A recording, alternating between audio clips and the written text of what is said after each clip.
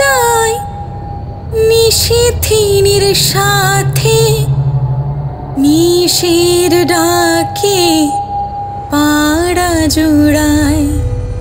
ঘুম যায় রাত যায় নিশিথিনীর সাথে, নিশির ডাকে পাড়া জোড়ায়।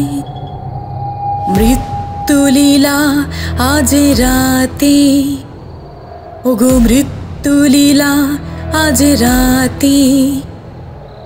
লা লা লা লা লা লা লা লা লা লা লা লা লা।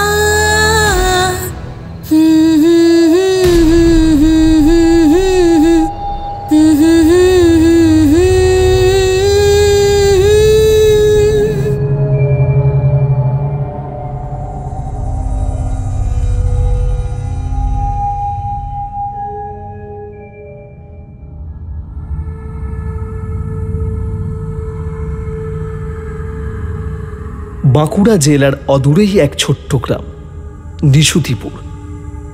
গ্রামটার নামের সঙ্গেই যেন অদ্ভুত এক অন্ধকার লেপ্টে রয়েছে। দিনের আলোয় যতই স্বাভাবিক দেখাক, রাতের নিশুতিপুর সম্পূর্ণ ভিন্ন। বাতাস ভারী হয়ে ওঠে, পেঁচার ডাক যেন অন্য কোনো বার্তা বহন করে। কিন্তু সবচেয়ে বেশি আতঙ্ক জাগায় সেই অদৃশ্য উপস্থিতি, নিশি। গ্রামের মানুষ জানে নিশি একজন নারী প্রেত। কারো কণ্ঠস্বর নকল করে বাড়ির বাইরে ডেকে আনে। ডাক শুনে যারা বেরিয়েছে তারা আর ফিরে আসেনি। গত 3টি খুনের বীভৎসতা দেখে গ্রামের লোকের রাতের ঘুম উড়ে গেছে। কিন্তু নিশি কে, গ্রামের মানুষ ঠিক জানে না। কেউ বলে এই সব গ্রামবাসীর অলীক কল্পনা। ঋষি আর অর্ণব এইসব কাহিনী শুনে অবাক হলেও মানতে নারাজ। নিশি বলে কিছু নেই। তারা বারবার নিজেদেরকে বোঝায়, তবে নিশুতিপুরের মানুষদের চোখে স্পষ্ট আতঙ্ক। রাতের পর রাত তাদের সাবধান করা হয়, ডাক শুনলেও দরজা খুলবে না। কিন্তু এই ভয়, এই আতঙ্ক কেবল গ্রামীণ কুসংস্কার, নাকি সত্যিই নিশুতিপুরের ঘুমহীন রাতগুলোর আড়ালে একটা লুকোনো অভিশাপ আছে? নিশি কার জন্য অপেক্ষা করছে আর কেন, জানতে তো হবেই, তাই না? তাই কানে হেডফোন দিন আর শুনতে থাকুন কথার দুনিয়া চ্যানেলের এবারের নিবেদন, সুলেখিকা শর্মিষ্ঠা চ্যাটার্জির কলমে নিশুতিপুরের আতঙ্ক।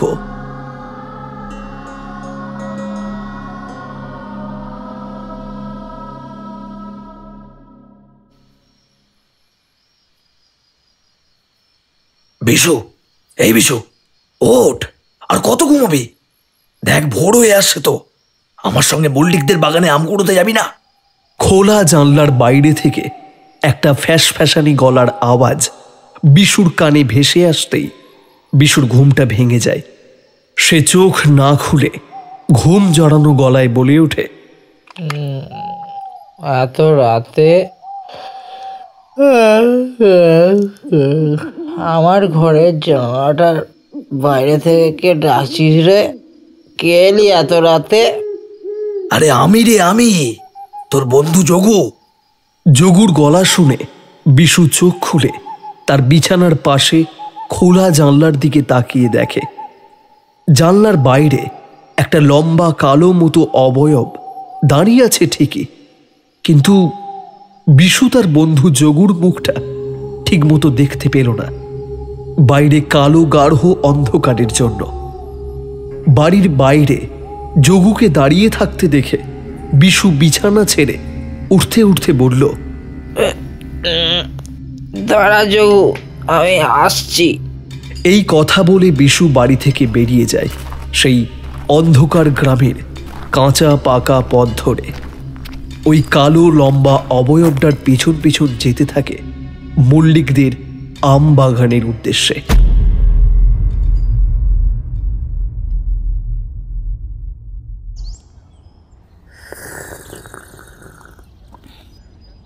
কাগজের চায়ের কাপে গরম ধোঁয়া ওঠা চায়ে চুমুক দিতে দিতে ঋষি বলে ওঠে, বুঝলি অর্ণব, পরীক্ষা তো শেষ, তাই আমি ভাবছি কাল বাড়ি চলে যাব কদিনের ছুটি কাটাতে। তা তুই কি করবি ঠিক করেছিস? ঋষির প্রশ্ন শুনে অর্ণব বইয়ের পাতা থেকে চোখটা সরিয়ে ঋষির দিকে তাকিয়ে উদাস গলায় বলে ওঠে, আমি আর কি করব, তুই তো জানিস আমার বাড়ির সেই পাট নাই। আমি হোস্টেলেই থাকবো আর গল্পের বই পড়বো, আর নয়তো একটু মাঝে মধ্যে বাইরে ঘুরতে বেরোবো। অর্ণবের এই কথা শুনে ঋষি কি যেন ভেবে বলে ওঠে, এই একটা কথা বলবো, কিছু মনে করবি না তো? কি কথা বল? আমাদের ব্যাচটা তো 1.5 সপ্তাহের জন্য ছুটি আছে ওই অন্য ব্যাচের পরীক্ষার জন্য। তুই এই সুযোগে আমার সঙ্গে আমার গ্রামের বাড়ি যাবি, দেখবি আমাদের গ্রামে গিয়ে কিন্তু তোর খুব ভালো লাগবে। তুই তো আমাদের গ্রাম কোনোদিন দেখিসনি, সেই জন্যই বললাম। ঋষির মুখে তাদের গ্রামের বাড়ি যাওয়ার কথা শুনে অর্ণব কলেজের ক্যান্টিনের জানলার বাইরের দিকে তাকিয়ে কিছুক্ষণ কি যেন একটা ভাবে, তারপর বলে ওঠে, তোর গ্রামের বাড়ি কোথায় ঋষি? বাঁকুড়ায় নিশুতিপুর বলে একটা গ্রাম আছে, নাম শুনেছিস কখনো? না না, শুনিনি, এই প্রথম শুনলাম তোর মুখ থেকে। তা ওই কলকাতা থেকে নিশুতিপুর গ্রামে যেতে কদিন মতো সময় লাগতে পারে আন্দাজ? একদিন, ধর আজ ভোর 5টায় ট্রেনে উঠলাম, তো আগামীকাল রাত 3টে বা ভোর 4:30 কি 5টার মধ্যে পৌঁছে যাব। আরে পশ্চিমবঙ্গের মধ্যে তো, কলকাতা থেকে বেশি দূর নয়। আচ্ছা, তুই তাহলে ট্রেনের টিকিট কেটে রাখ, আমি যাবো তোর গ্রামে ঘুরতে। এমনিতেও তুই যতদিন হোস্টেলে থাকবি না আমার খুব বোরিং লাগবে, তাই এই সুযোগে তোর সঙ্গে তোর গ্রামে গিয়ে তোর গ্রামটাও ঘুরে দেখা হয়ে যাবে। অর্ণবের মুখে এই কথা শুনে ঋষি বলে, আগামীকাল ভোরবেলায় আমরা দুজনে তাহলে নিশুতিপুর যাচ্ছি, ঠিক আছে তো? ঠিক আছে ভাই। ঋষি ও অর্ণব দুজনেই কলেজের ফার্স্ট ইয়ারে পড়ে। 5 মাস হলো কলকাতায় এসে বেশ নাম করা একটা কলেজে দুজনে একই সাবজেক্টে ভর্তি হয়। কলেজে একই সাবজেক্ট পড়তে পড়তে কখন যে দুজনের মধ্যে ভালো গভীর বন্ধুত্ব তৈরি হয় তারা নিজেরাও জানে না। এবার এই গল্পে অর্ণব ও ঋষির সম্পর্কে বলা যাক। অর্ণব, পুরো নাম অর্ণব কুমার গুপ্ত, থাকে হলো পাটনায়। সে খুব মধ্যবিত্ত পরিবারের বাবা মায়ের একমাত্র ছেলে। অর্ণব উচ্চ মাধ্যমিক পাশ করার পর নিজের ইচ্ছায় কলকাতার কলেজে পড়তে আসে। ঋষি, পুরো নাম হলো গিয়ে ঋষি রঞ্জন চৌধুরী, বাড়ি হলো বাঁকুড়ার নিশুতিপুর গ্রামে। ঋষি খুব নিম্নবিত্ত পরিবারের ছেলে। সেও অর্ণবের মতো উচ্চ মাধ্যমিক পাস করার পর কলকাতায় নিজের ইচ্ছাতেই ও নিজের চেষ্টায় পড়তে আসে।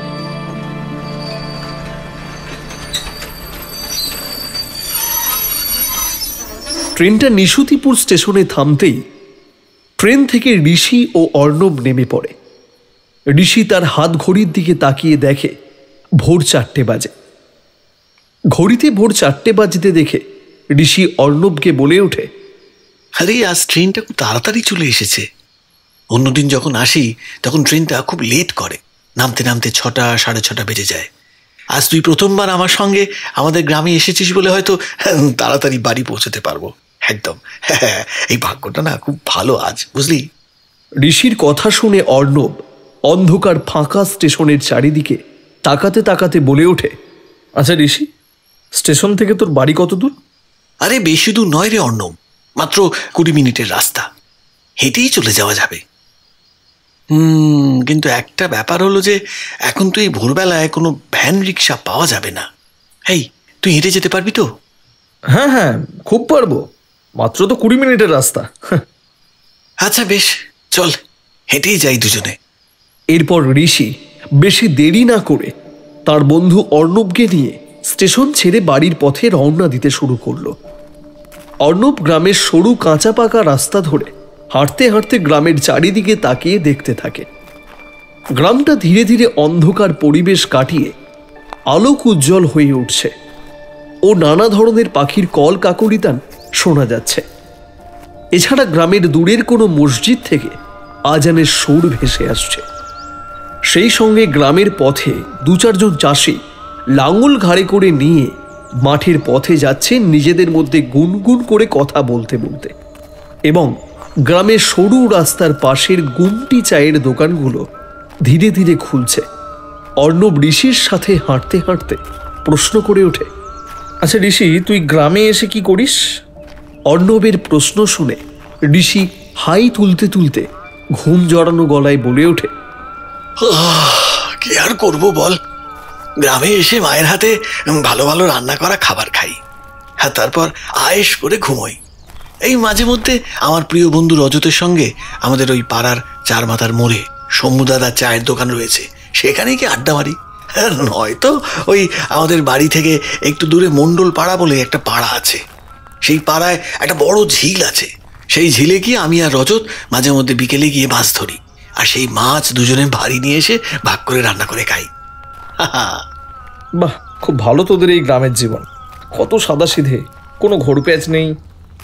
এরপর দুজনে কথা বলতে বলতে লম্বা পাঁচিল ঘেরা একটা 8 খড়ের মাটির বাড়ির সামনে এসে দাঁড়াতেই ঋষি বলে ওঠে, এই যে খড়ের 8 মাটির বাড়িটা দেখছিস, এটাই হলো আমার বাড়ি। আয় আয় ভেতরে আয়, আমার সঙ্গে ভেতরে আয়। এই কথা বলে ঋষি অর্ণবকে নিয়ে বাড়ির ভিতরে ঢোকে। বাড়ির ভিতরে ঢুকতেই অর্ণব ঋষিদের বাড়ির উঠোনের মাঝখানে দাঁড়িয়ে চারিদিকে চোখ ঘুরিয়ে দেখে। বাড়ির সামনে লম্বা মাটির দালান, আর সেই দালানের উপর বেশ ছোট ছোট 4-5খানা ঘর।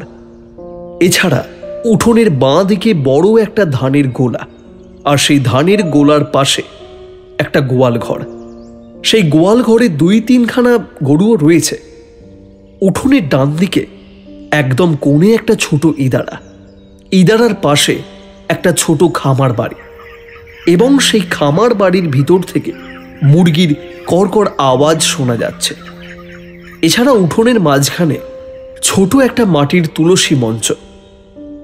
ঋষি উঠোনের মাঝখানে দাঁড়িয়ে জোর গলায় হাঁক পাড়ে, মা, বাবা, তোমরা কোথায়? আরে ঘুম থেকে উঠে দেখো, তোমাদের ছেলে এসে গেছে, আর আমার সঙ্গে দেখো কাকে নিয়ে এসেছি। ঋষি তার মা বাবাকে চিৎকার করে ডাকার 2-3 মিনিট পর বারান্দার উপরের একটা ঘরের দরজা খুলে গেল। ঘর থেকে 50-51 বছরের এক মধ্যবয়সী মহিলা হাই তুলতে তুলতে ঘরের বাইরে বেরিয়ে এসে ঋষিকে বাড়ির উঠোনের মাঝখানে দাঁড়িয়ে থাকতে দেখে খানিকটা অবাক হয়। সে ঘুম জড়ানো গলায় জিজ্ঞাসা করে, ঋষি, তুই এই সময় বাড়িতে? কি ব্যাপার তোর? তোর তো এই সময় বাড়িতে আসার কথা নয়। মধ্যবয়সী মহিলাটির প্রশ্ন শুনে ঋষি তার কাছে দৌড়ে গিয়ে জড়িয়ে ধরে বলে, মা, আমাদের কলেজের না ফার্স্ট সেমেস্টার পরীক্ষা হয়ে গেছে গতকাল, আর অন্য ইয়ারের পরীক্ষা শুরু হবে বলে আমাদের ব্যাচটাকে 1.5 সপ্তাহ ছুটি দিয়েছে। হোস্টেলে ভালো লাগছিল না বলে এই সুযোগে বাড়িতে ছুটি কাটাতে চলে এলাম। ঋষির কথা শুনে ঋষির মা হাসি মুখে বলে ওঠে, বেশ করেছিস বাবা। তা তোর সঙ্গে ওই ছেলেটিকে তোর কলেজের বন্ধু বুঝি? ঋষির মা অর্ণবের দিকে তাকিয়ে ঋষিকে এই প্রশ্ন করাতে ঋষি অর্ণবের দিকে তাকিয়ে বলে, হ্যাঁ মা, ও আমার কলেজেরই বন্ধু। আমরা একসঙ্গে একই ইয়ারে পড়ি, আর সেই সঙ্গে একই হোস্টেলে আমরা দুজন থাকি। ওর নাম অর্ণব। তোমাকে তো এর আগে অর্ণবের কথা অনেকবার বলেছি। ঋষি এই কথা বলে অর্ণবের দিকে তাকিয়ে বলে, অর্ণব আমার মা। অর্ণবের সঙ্গে ঋষি তার মায়ের পরিচয় করিয়ে দিতেই অর্ণব এগিয়ে এসে ঋষির মাকে একটা প্রণাম করে। ঋষির মা অর্ণবের দিকে তাকিয়ে প্রশ্ন করে ওঠে, তা অর্ণব, তোমার বাড়ি কোথায়? কে কে আছেন তোমার বাড়িতে? ঋষির মায়ের প্রশ্ন শুনে অর্ণব হেসে জবাব দেয়, কাকিমা, আমার বাড়ি পাটনায়। আমার বাড়িতে আমি, মা, বাবা আর আমার একটা ছোট বোন আছে। অর্ণবের কথা শেষ হতে ঘরের ভিতর থেকে 56-57 বছরের এক মধ্যবয়সী লোক চশমা মুছতে মুছতে ঘর থেকে বেরিয়ে আসতে আসতে বলে, অর্চনা, এই ভোরবেলায় আমাদের বাড়ি কে এলো আবার? ঋষির বাবার এই প্রশ্ন শুনে অর্চনা দেবী ঋষির বাবার দিকে তাকিয়ে বলে ওঠে, তোমার ছেলে ঋষি আর ওর কলেজের বন্ধু আমাদের বাড়িতে বেড়াতে এসেছে গো। অর্চনা দেবীর মুখে এই কথা শুনে ঋষির বাবা হরিশঙ্কর বাবু ঋষি আর তার বন্ধু অর্ণবের দিকে শুকনো মুখে কিছুক্ষণ তাকিয়ে থাকে। তারপর ঋষির উদ্দেশ্যে বলে ওঠে, খোকা, তুই বাড়ি আসার আগে আমাকে একবার জানাবি তো? তুই হুট করে চলে এলি, এখন আবার তোর বন্ধুকে নিয়ে আসতে গেলি কেন? গ্রামের অবস্থা তো এখন খুব একটা ভালো নয় রে। গত 3 মাস ধরে গ্রামে যা দুর্ঘটনা ঘটছে। বাবার মুখে এই ধরনের অদ্ভুত কথা শুনে ঋষি প্রশ্ন করে ওঠে, বাবা, গ্রামে 3 মাস ধরে কি এমন দুর্ঘটনা ঘটছে যে তুমি আমাকে খবর দিয়ে আসতে বলছো? ঋষির মুখে এই প্রশ্ন শুনে হরিশঙ্কর বাবু একবার অর্চনা দেবীর দিকে তাকান, তারপর বলেন, তোকে সব পরে বলবো খোকা। যা, তোর বন্ধুকে নিয়ে তোরা ঘরে যা, গিয়ে দুজন একটু বিশ্রাম নে। অনেকটা পথ জার্নি করে এসেছিস তোরা। এই কথা বলে হরিশঙ্কর বাবু আবার ঘরে ঢুকে যায়। বাবাকে কোনো প্রশ্নের উত্তর না দিয়ে ওইভাবে ঘরে ঢুকে যেতে দেখে ঋষি তার মাকে প্রশ্ন করে ওঠে, মা, গ্রামে কি এমন ঘটনা ঘটছে যে বাবা আমাকে আগে থেকে খবর দিয়ে আসতে বলল? ঋষির প্রশ্ন শুনে অর্চনা দেবী বলে ওঠেন, তোর বাবার কথা বাদ দে তো, তোরা দুজন এখন ঘরে গিয়ে বিশ্রাম নে দেখি। আমি তোদের দুজনের জন্য একটু পরেই চা নিয়ে আসছি তোর ঘরে। মায়ের এই রূপ কথা শুনে ঋষি মনে মনে বলে ওঠে, হয়তো গ্রামে এমন কিছু ঘটনা ঘটছে যা মা আর বাবা আমার কাছ থেকে লুকিয়ে যাচ্ছে। কিন্তু কি ঘটনা ঘটছে সেটা যেভাবেই হোক বাবা নয়তো মায়ের কাছ থেকে আমাকে জানতেই হবে। এরপর সেই দিন দুই বন্ধু গল্প করে ও বেশ খানিকটা ঘুমিয়ে সারা বেলাটা কাটায়। তারপর বিকেল হতে ঋষি চা খেতে খেতে বলে, এই চল অর্ণব, তোকে আমি একজনের বাড়ি নিয়ে যাই। আমার একজন ঘনিষ্ঠ মানুষের সঙ্গে তোকে আলাপ করাবো আজকে, চল। কার বাড়ি নিয়ে যাবি আর কার সঙ্গেই বা এখন আলাপ করাবি আমাকে?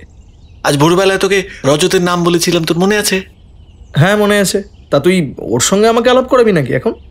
হ্যাঁ, ওর সঙ্গেই তোকে আলাপ করাবো, চল আমার সঙ্গে। আমার বাড়ি 2টো বাড়ির পরেই তো রজতের বাড়ি। এই কথা বলে ঋষি অর্ণবকে নিয়ে যেই ঘর থেকে বেরোতে যাবে, ঋষির মা অর্চনা দেবী ঘরে ঢুকতে ঢুকতে ঋষিকে জিজ্ঞাসা করে, এই তোরা এই ভর সন্ধেবেলা কোথায় বেরোচ্ছিস? এই তো মা, রজতের বাড়ি যাচ্ছি একটু আড্ডা মারতে। ঋষির মুখে এই কথা শুনে অর্চনা দেবী বলে ওঠেন, যাচ্ছিস যা, কিন্তু রাত 8টা থেকে 8:30টার মধ্যে বাড়ি ফিরে আসবি। খবরদার, রাত 9টা করবি না কিন্তু। মায়ের মুখে এই কথা শুনে ঋষি একটু অবাক গলায় বলে ওঠে, কেন? একটু বেশি রাত করে বাড়ি ফিরলে কি হবে মা? অত শত বলতে পারবো না বাপু। রাত 8টার মধ্যে তোকে বাড়ি ফিরতে বলেছি তো ফিরবি। আমার এই কথার অন্যথা যেন না হয়। এই কথা বলে অর্চনা দেবী ঘর থেকে বেরিয়ে যেতে ঋষিও অর্ণবকে নিয়ে রজতের বাড়ির দিকে রওনা দেয়। তারপর 1-2 মিনিট পর তারা দুজন একতলা পাকা বাড়ির সামনে এসে দাঁড়ালো। ঋষি একতলার পাকা বাড়িটার দিকে আঙুল দেখিয়ে অর্ণবের উদ্দেশ্যে বলে উঠল, এই যে হলুদ রঙের একতলা পাকা বাড়িটা দেখছিস, এটাই রজতের বাড়ি।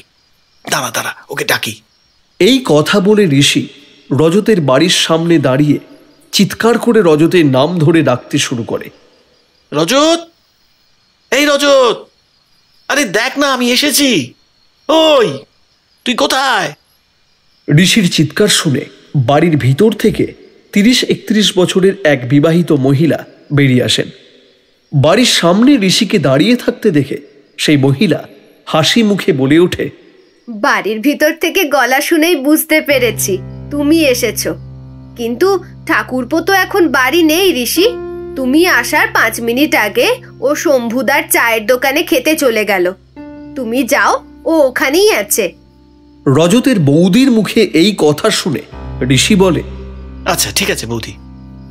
এই কথা বলে ঋষি যেই শম্ভুদার চায়ের দোকানের দিকে যেতে যাবে, অমনি ঋষির পিছন থেকে রজতের বৌদি পদ্মা বলে ওঠে, শোনো না ঋষি, তোমাদের আড্ডা দেওয়া শেষ হলে রজতকে কিন্তু রাত 8টার মধ্যে বাড়ি পাঠিয়ে দিও।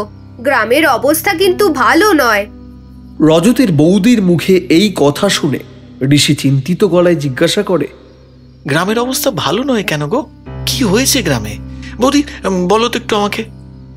ঋষির মুখে এই প্রশ্ন শুনে পদ্মা চারিদিকটা একবার তাকিয়ে নিয়ে ফিসফিস করে বলে ওঠে, ঋষি ঠাকুরপো, তুমি তো শহরে থাকো, তুমি হয়তো জানো না গ্রামে এই 3 মাস হলো নিশি বেরিয়েছে। এই নিশির কবলে পড়ে এই 3 মাসের মধ্যে 3টে মানুষ মারা গেছে এই গ্রামে। পদ্মার মুখে নিশি নামটা শুনে অর্ণব ও ঋষি দুজনেই প্রশ্ন করে ওঠে, বৌদি নিশিটা কি? কোনো জন্তু জানোয়ার কি? না না, নিশি কোনো জন্তু জানোয়ার নয়। নিশি হলো এক ধরনের অশরীরী প্রেতাত্মা। এই নিশি সাধারণত জিন, ভূত, অশুভ আত্মা। এরা গভীর রাতে তোমার পরিচিত ব্যক্তির কণ্ঠস্বর নকল করে তোমার নাম ধরে ঠিক 3 বার ডাকবে। তুমি যদি ওই নিশির ডাকে একবার সাড়া দিয়েছো কি, তবে মরেছো। আমাদের গ্রামে যে 3টে মানুষ মারা গিয়েছে, তারা তো ওই নিশির ডাকে সাড়া দিয়ে মারা গেছে। পদ্মার মুখে এই কথা শুনে দুজনেই হো হো করে হেসে ওঠে। ঋষি হাসতে হাসতে বলে, বৌদি তুমি না বেশ আমাদেরকে একটা হাসির গল্প শোনালে এতক্ষণ ধরে। গ্রামে ভূত বেরিয়েছে? বৌদি তুমি আজকালকার দিনের মেয়ে হয়ে এইসব ভূত প্রেত অশরীরীতে বিশ্বাস করো? হ্যাঁ, শোনো শোনো শোনো, গ্রামে যে 3টে মানুষ মারা গেছে, খোঁজ নিয়ে দেখো তাদের কোনো শত্রুই হয়তো রাতের বেলা ভূত সেজে তাদেরকে ওই নিশি নাকি যেন বলছো তার ডাকের গলার স্বর নকল করে বাড়ি থেকে ডেকে নিয়ে গিয়ে খুনগুলো করেছে হয়তো। দেখো মিলিয়ে নাও। ঋষির মুখে এই কথা শুনে পদ্মা বলে, তুমি আমার কথা বিশ্বাস করলে না তো? যেদিন তোমার সঙ্গে বা তোমার পরিচিত কারোর সঙ্গে এই ঘটনা ঘটবে, তখন তুমি আমার এই কথাগুলো বিশ্বাস করবে। তুমি মিলিয়ে নিও। পদ্মা বৌদির এই কথা শুনে ঋষি আর অর্ণব পদ্মা বৌদির কথায় পাত্তা না দিয়ে শম্ভুদার চায়ের দোকানের উদ্দেশ্যে রওনা দেয়। 5-10 মিনিটের মধ্যে ঋষি শম্ভুদার চায়ের দোকানের সামনে যেতেই দেখে তার প্রিয় বন্ধু রজত চা আর গরম গরম আলুর চপ খেতে খেতে শম্ভুদার সঙ্গে মনের আনন্দে গল্প করছে। রজতকে শম্ভুদার সঙ্গে গল্প করতে দেখে ঋষি রজতের দিকে এগিয়ে যায় আর জিজ্ঞাসা করে, কি রে রজত, আমাকে দিব্যি ভুলে গিয়ে শম্ভুদার সঙ্গে গল্প করছিস? ঋষিকে সামনে দাঁড়িয়ে এই প্রশ্ন করতে দেখে রজত লাফিয়ে উঠে ঋষিকে জড়িয়ে ধরে বলে, আরে আরে ঋষি যে, তা কবে আসা হলো গ্রামে? এই তো আজ ভোরবেলায় এসেই দেখ, সন্ধ্যাবেলা তোর সঙ্গে চলে এলাম দেখা করতে। তা তুই বল, কেমন আছিস? কলেজ কেমন চলছে? আমি ভালোই আছি। আর কলেজের মতোই চলছে। রজত এই কথা বলে অর্ণবের দিকে তাকিয়ে ঋষিকে জিজ্ঞাসা করে, ঋষি, তোর পাশে যে ছেলেটা দাঁড়িয়ে আছে ওটা কি? তোর কলেজের বন্ধু বুঝি? হ্যাঁ, ঠিক ধরেছিস রজত, ও আমার কলেজের একমাত্র বেস্ট ফ্রেন্ড অর্ণব।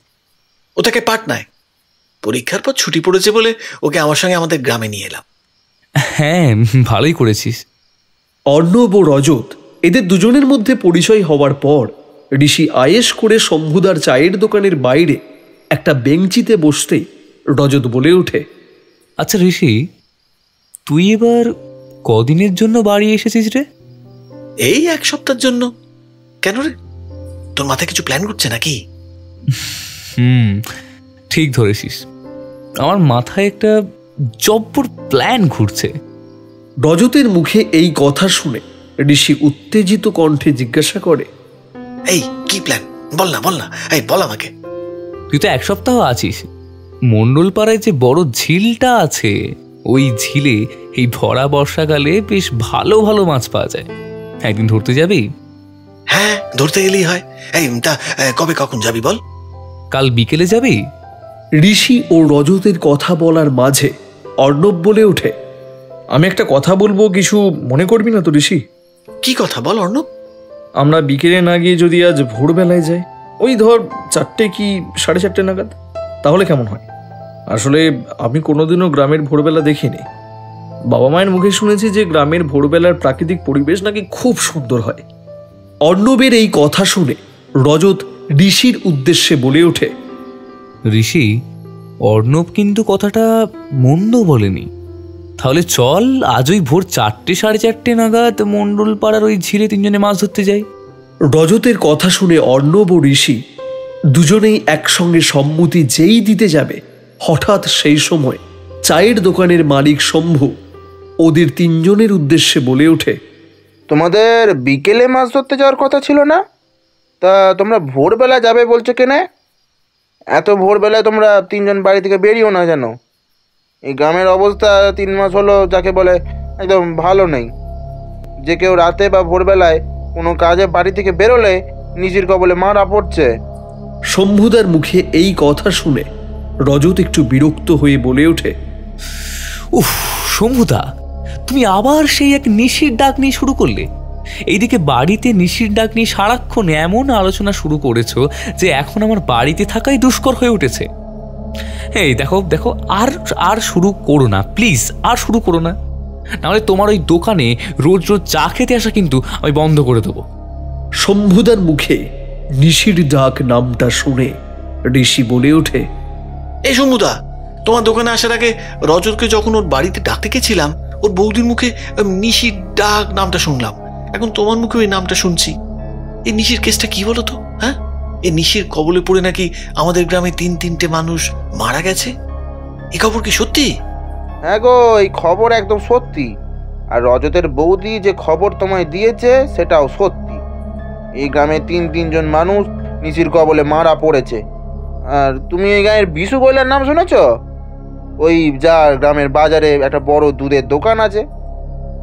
শুনেছি, আর বেশ কয়েকবার ওই দোকান থেকে দুধও কিনেছি।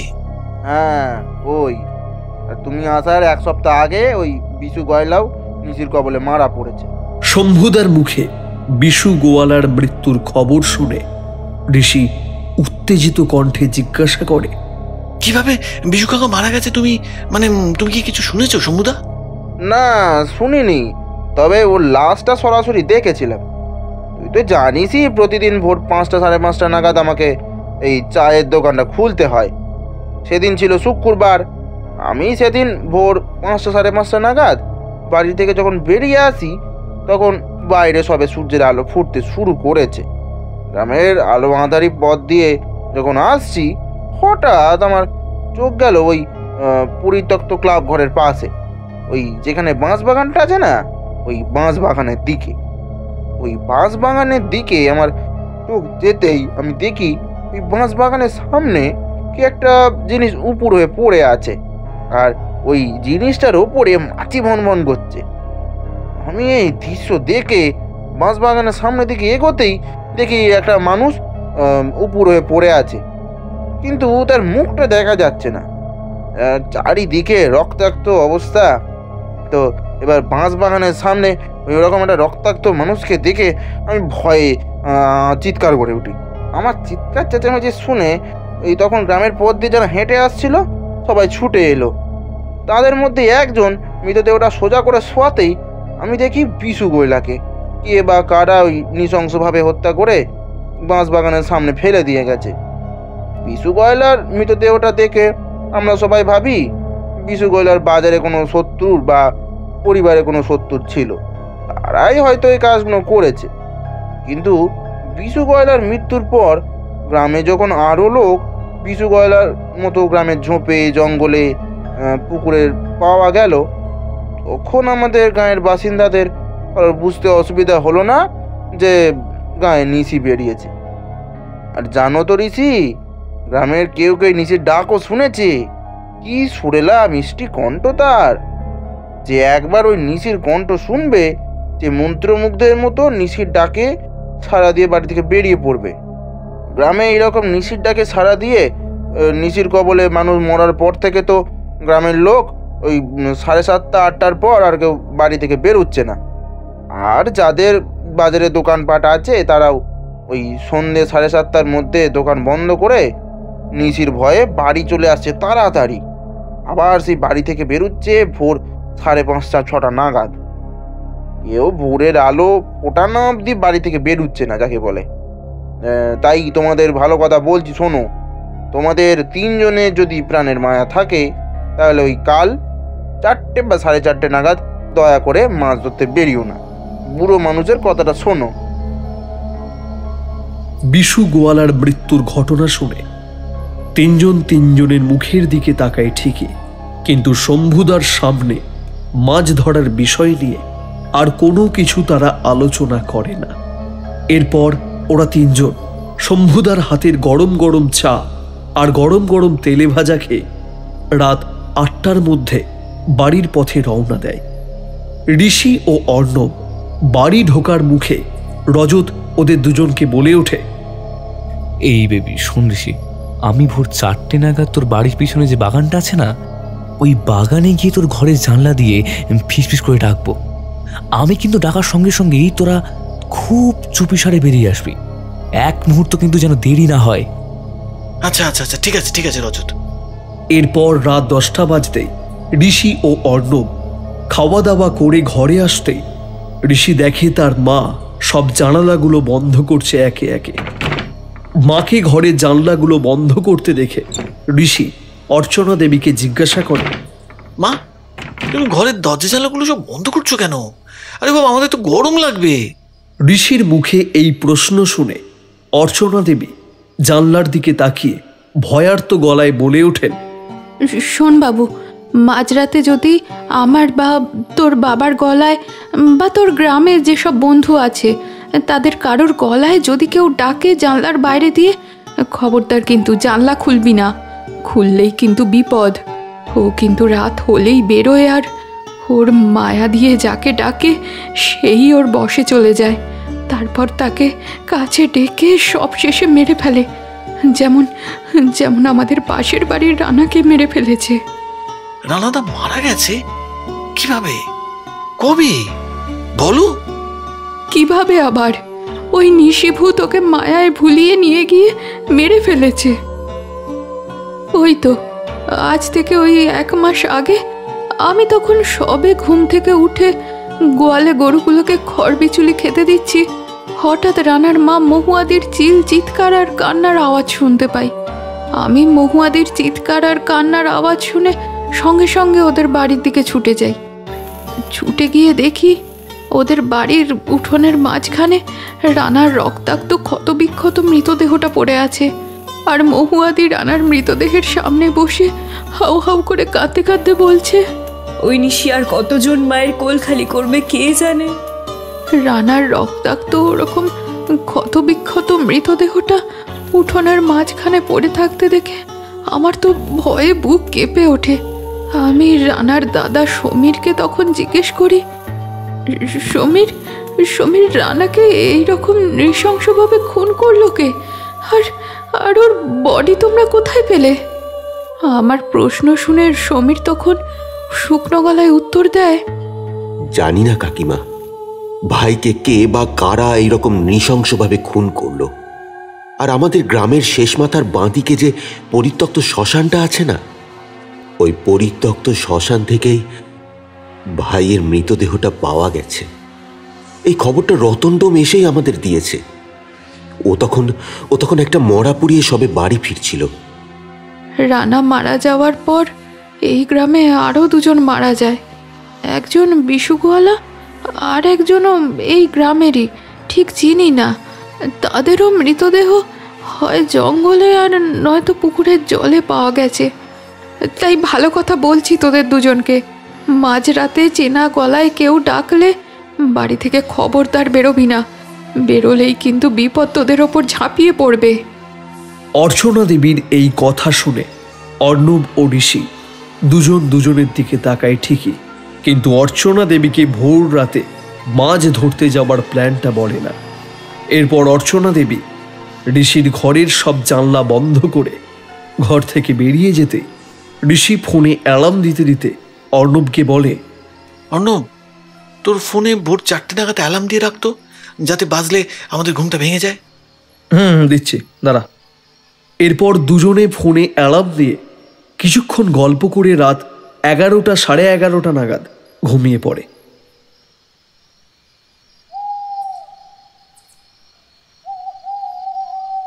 অর্ণব, এই অর্ণব, ওঠ, মণ্ডলদের ঝিলপাড়ে মাছ ধরতে যাবি না আমার সঙ্গে? দরজা খুলে দেখ, আমি ঋষির বন্ধু রজত যে। জানলার বাইরে থেকে একটা ফ্যাস ফ্যাসানি গলার আওয়াজ অর্ণবের কানে আসতেই অর্ণবের ঘুমটা ভেঙে যায়। অর্ণবের ঘুমটা ভেঙে যেতে সে বিছানার উপর উঠে বসে ঘুম জড়ানো গলায় জানলার ওপারের ব্যক্তিকে প্রশ্ন করে, এত রাতে কে ডাকে? ওনার বাইরে থেকে কে ডাকছে? তুমি কে? আমি রজত, ঋষির বন্ধু। সন্ধেবেলায় আমার সঙ্গে আলাপ হলো যে, তুমি এরই মধ্যে আমাকে ভুলে গেলে?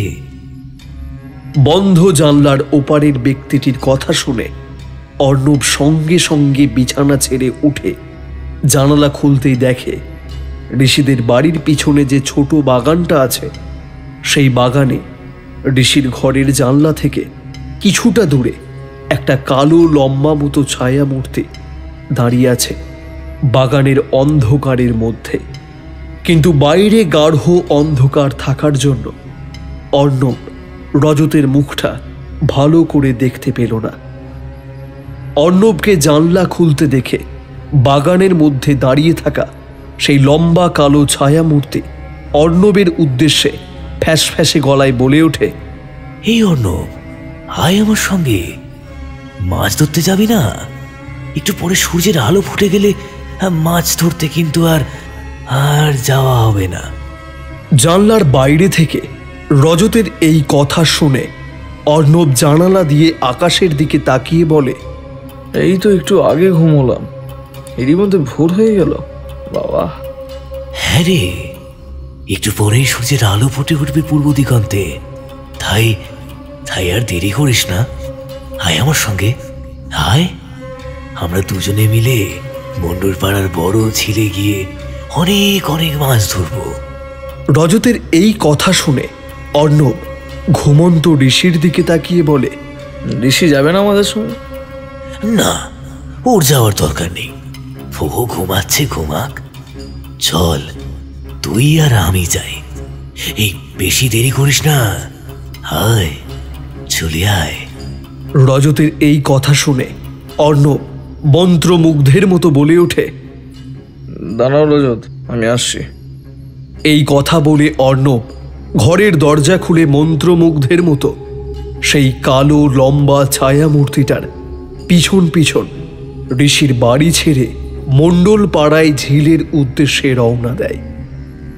অর্ণব ঋষিদের বাড়ি থেকে বেরিয়ে চারিদিকে তাকিয়ে তাকিয়ে দেখে পুরো নিশুতিপুরের গ্রামটা অন্ধকার ঘোটঘোট করছে।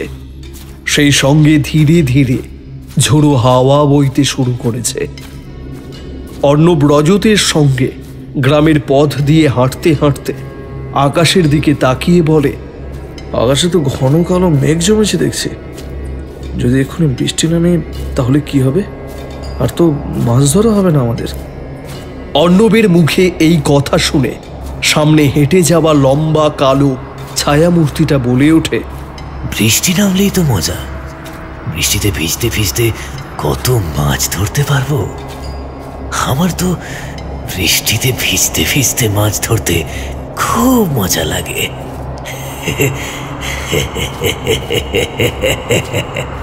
অর্ণব গ্রামের অন্ধকার ঘুটঘুটে রাস্তা দিয়ে হাঁটতে হাঁটতে দেখে রাস্তাটা পুরো ফাঁকা, একটাও লোকজন নেই। রাস্তাঘাট পুরো জল কাদায় ভর্তি। রাস্তার পাশে যে ছোট জঙ্গল আর পুকুরগুলো পড়ছে সেখান থেকে ব্যাঙের ডাক ও ঝিঝি পোকার ডাক শোনা যাচ্ছে, আর মাঝে মাঝে আকাশে গুড়গুড় করে মেঘ ডাকার আওয়াজ। অর্ণব রজতের সঙ্গে হাঁটতে হাঁটতে লক্ষ্য করে রজত তার সঙ্গে একটাও কথা বলছে না, কেমন যেন চুপচাপ, আর তার থেকে 6-7 হাত দূরে দূরে হেঁটে যাচ্ছে। রজতকে চুপচাপ ও দূরে দূরে হাঁটতে দেখে অর্ণব প্রশ্ন করে ওঠে, রজত, তুমি আমার কাছ থেকে এরকম দূরে দূরে হাঁটছো কেন? আর সন্ধেবেলায় তো আমার সঙ্গে কত কথা বললে, এখন কোনো কথা বলছো না কেন? রাগ হয়েছে নাকি আমার ওপর? না না না, রাগ হবে কেন তোর উপরে? আসলে একটু পরেই তো ভোর হয়ে যাবে, তাই আমি তোর সঙ্গে বেশি কথা না বলে তাড়াতাড়ি হাঁটছি। ঝিল পাড়ে চল না, মাছ ধরতে ধরতে তখন অনেক কথা বলবো তোর সঙ্গে। এই কথা বলে সেই লম্বা কালো ছায়া মূর্তি আরো জোরে হন হন করে হাঁটতে লাগে। তারপর কিছুক্ষণের মধ্যে তারা দুজন মণ্ডল পাড়া ঝিল পাড়ে এসে হাজির হতেই অর্ণব ঝিলের চারিদিকে তাকিয়ে তাকিয়ে দেখে ঝিলের চারপাশটা পুরো ঘুটঘুটে অন্ধকার, একটুকুও আলো নেই। এছাড়া পুরো ঝিলটার আশেপাশে বড় বড় জঙ্গল ও বড় বড় গাছপালায় ভর্তি, একটাও ঘর বাড়ি নেই, পুরো ফাঁকা। অর্ণব ঝিলটার চারিদিকে তাকাতে তাকাতে রজতকে প্রশ্ন করে ওঠে, আচ্ছা রজতদা, তুমি আর ঋষি মাঝে মধ্যে এই ঝিলে কি মাছ ধরতে আসো? তোমরা কি সন্ধেবেলায় এই ঝিলটার কথাই বলছিলে নাকি? অর্ণবের প্রশ্ন শুনে কালো লম্বা ছায়া মূর্তিটা ঝিলের সিঁড়ি দিয়ে নামতে নামতে বলে, হ্যাঁ, আমি আর ঋষি মাঝে মধ্যেই এই ঝিলেই মাছ ধরতে আসি, আর সন্ধেবেলায় এই ঝিলটার কথাই হচ্ছিল। একদম তুই ঠিক ধরেছিস অর্ণব। রজতের কথা শুনে অর্ণব প্রশ্ন করে ওঠে, আচ্ছা রজত, এই ঝিলে কি কি মাছ পাওয়া যায়? রুই, কাতলা, তেলাপিয়া, বোয়াল, আরো নানা ধরনের মাছ পাওয়া যায়। তা তুই দূরে আছিস কেন অর্ণব? হায়, আমার পাশে এসে বস, আমি কিভাবে মাছ ধরি দেখ। আসি আসি। এই কথা বলে অর্ণব ঝিলের সিঁড়ি দিয়ে নেমে রজতের পাশে এসে বসতেই রজত ছিপটা জলে ফেলে মাছ ধরতে শুরু করে। একটা একটা করে ঝিলের জল থেকে মাছ তুলে সেটা অর্ণবকে দেখিয়ে দেখিয়ে বলে, এই দেখ, এটা হচ্ছে রুই, এই দেখ, এটা হচ্ছে কাতলা। এইভাবে বেশ কয়েকবার রজতের মাছ ধরা অর্ণব উপভোগ করতে থাকে। এইভাবে বেশ কিছুক্ষণ চলার পর অর্ণব রজতকে বলে ওঠে, রজতদা, তুমি তো বেশ অনেকক্ষণ ধরে মাছ ধরছো, একবার আমাকে ছিপ দিয়ে মাছ ধরতে দাও না, দেখি পারি কিনা। অর্ণবের কথা শুনে সেই কালো লম্বা ছায়া মূর্তিটা অর্ণবের হাতে ছিপ দিয়ে বলে, নে দেখি, শহরের ছেলে হয়ে তুই কেমন মাছ ধরতে পারিস। রজতের হাত থেকে অর্ণব ছিপটা নিয়ে ঝিলের জলে ফেলে ধীরে ধীরে একটা একটা করে মাছ তুলতে থাকে। এইভাবে বেশ কিছুক্ষণ চলার পর হঠাৎ করে একটা কচমচ করে চিবানোর আওয়াজ অর্ণবের কানে ভেসে আসে। অর্ণবের কানে কচমচ করে চিবানোর আওয়াজটা ভেসে আসতেই সে বলে, এই ঝিলের আশপাশ থেকে একটা চিবানোর আওয়াজ ভেসে আসছে না? কেউ মনে হচ্ছে কিছু চিবিয়ে চিবিয়ে খাচ্ছে। অর্ণব এই কথা বলে ঘাড় ঘুরিয়ে এই দিক ওই দিক তাকাতেই দেখে রজত ঝুড়ি থেকে একটা একটা করে কাঁচা মাছ তুলে চিবিয়ে চিবিয়ে খাচ্ছে, আর মুখ থেকে সমানে গো গো আওয়াজ করছে। রজতের গালের দুপাশ বেয়ে কাঁচা মাছের লাল টাটকা রক্ত গড়িয়ে গড়িয়ে তার সারা শরীরে পড়ছে।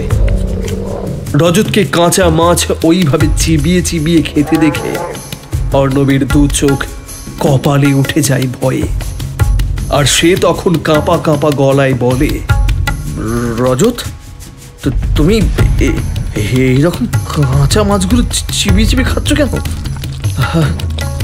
তুমি কি সত্যি ঋষির বন্ধু রজত তো?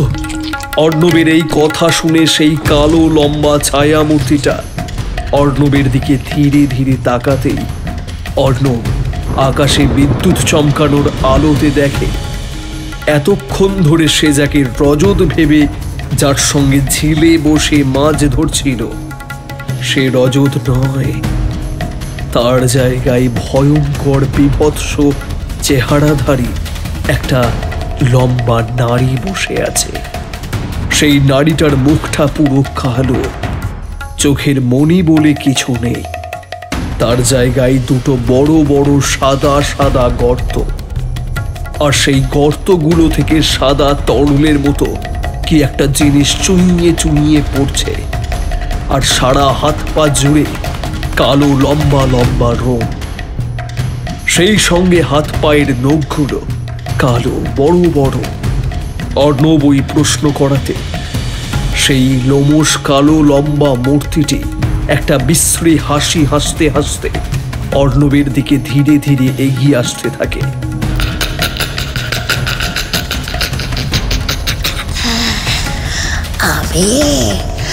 আমি হলাম নিশি, আজ আমার হাতে তোর মৃত্যু।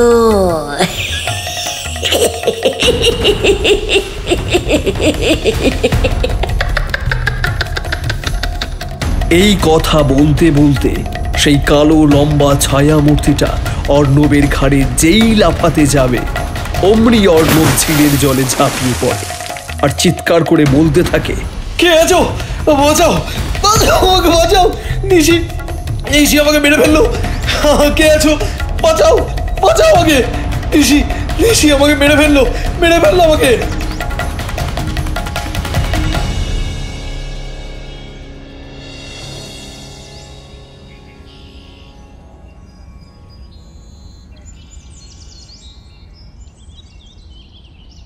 মা, ও মা, অর্ণব কোথায়?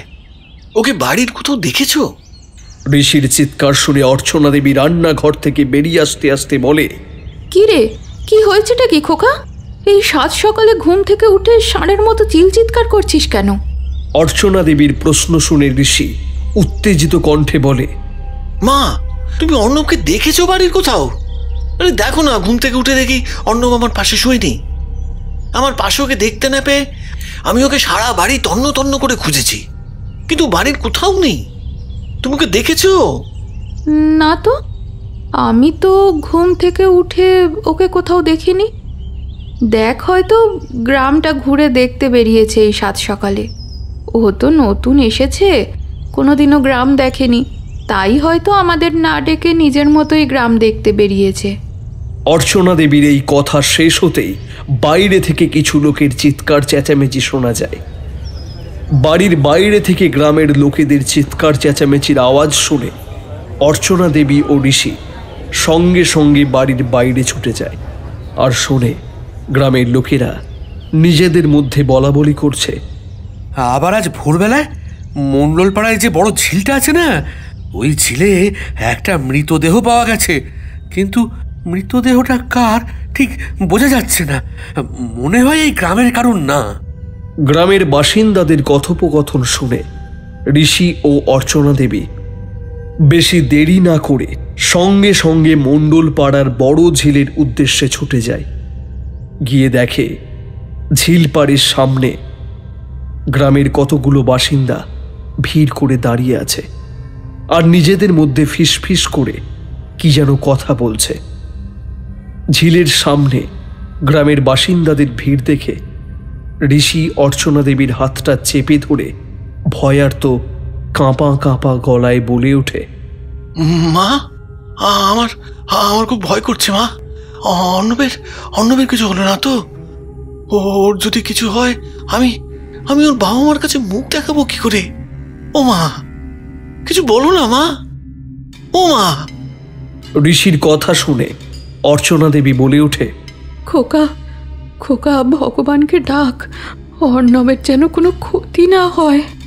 এই কথা বলে দুজনে গ্রাম বাসিন্দাদের ভিড় ঠেলে ঝিল পাড়ের সামনে গিয়ে দাঁড়াতে যা দেখতে পেল তা দেখে ঋষি ও অর্চনা দেবীর দুই চোখ ভয়ে বিস্ফারিত হয়ে যায়। তারা দুজন বিস্ফারিত নয়নে চেয়ে দেখে অর্ণবের কাঁটা ছেঁড়া রক্তাক্ত ক্ষত বিক্ষত মৃতদেহটা ঝিলের জলের ওপর ভাসছে, কিন্তু অর্ণবের দুই চোখ বিস্ফারিতভাবে খোলা। ওর দুই চোখ দেখে মনে হচ্ছে ও ভয়ঙ্কর কিছু একটা দেখে খুব ভয় পেয়েছে। অর্ণবের ক্ষত বিক্ষত রক্তাক্ত মৃতদেহটা ঝিলের জলে ভাসতে দেখে অর্চনা দেবী ভয়ে কাঁপা কাঁপা গলায় বলে ওঠে ঋষিকে, হা কপাল, ছেলেটা আমাদের গ্রামে ঘুরতে এসে শেষ পর্যন্ত নিশির কবলে পড়ল। এইভাবে তাকে জীবনটা দিতে হলো। উফ, এইভাবে নিশি আর কতদিন কতজনের জীবন নেবে ভগবান। ঋষি তার প্রিয় বন্ধু অর্ণবের ওই রক্তাক্ত ক্ষত বিক্ষত মৃতদেহটা দেখে সহ্য করতে না পেরে ঝিল পাড়ে অজ্ঞান হয়ে পড়ে যায়।